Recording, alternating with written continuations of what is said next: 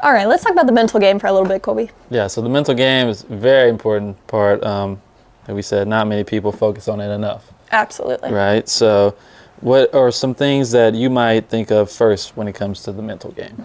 Yeah, so I think that's a big buzzword, right? Like mental game. What is the mental game? I think it can be something as small as your pre-shot routine. Yeah, of course. So many of my students just don't have a pre-shot routine. And Rory McIlroy, I mean, you can look up Tiger, like all those guys, their pre-shot routine is something they really lean on. Yeah, they're doing the exact same thing before every shot. Every shot. When you get in those pressure situations, maybe you're trying to break your PR, trying to win a golf tournament, relying on your pre-shot routines very big. And it sounds kind of silly to compare, like someone whose goal is to break 100 to like Tiger Woods. I think that a lot of people are like, well, I'm not trying to be Tiger Woods, but I mean, just pre-shot routine alone.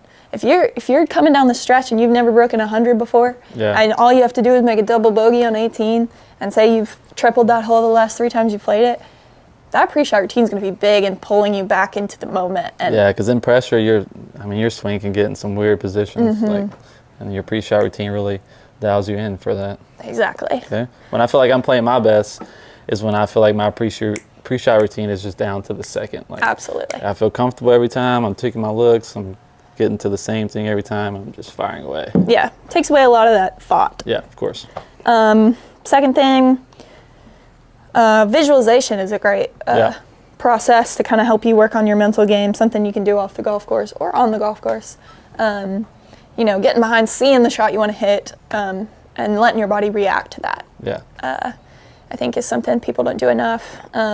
Even just for any player of any level, playing in the member guest or you're playing in the U.S. Open, the night before you go to bed, just when you're laying there trying to fall asleep, just think about seeing yourself walk off the 18th green happy, seeing yourself making that putt, seeing yourself, put yourself in those situations in your mind so you're prepared. Yeah, really getting those positive thoughts going. Yeah.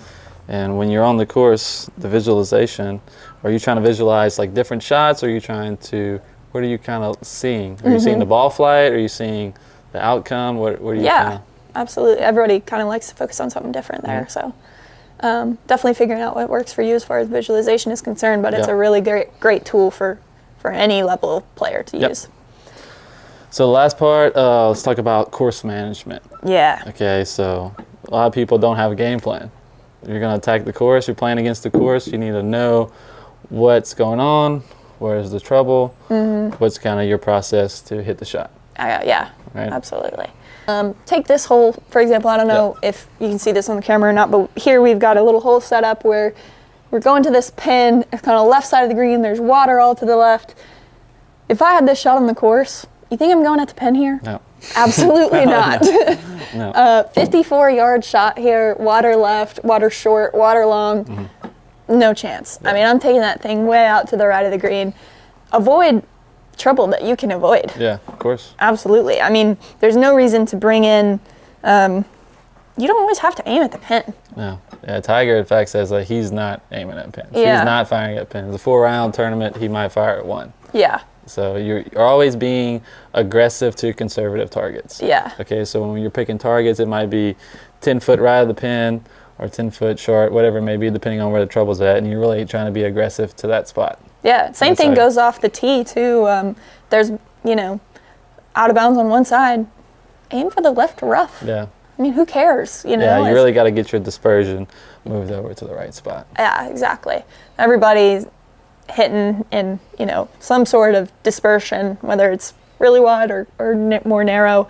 But, you want to hit the least amount of shots possible over towards the treble, obviously. Yeah, so just aim somewhere else, and hit different clubs. You don't always have to hit a driver off the tee. Hit a 5-iron off the tee and take out the where it pinches in and you got woods over here and water over here or whatever the case may be. Just take yourself out of the trouble. Be aggressive to that conservative target. Yeah, you want to play good golf, really take out the penalties, take out the bad misses, and kind of pick great targets and, like she said, swing aggressive to them. Yeah, so shave off a lot of shots that way. Yep.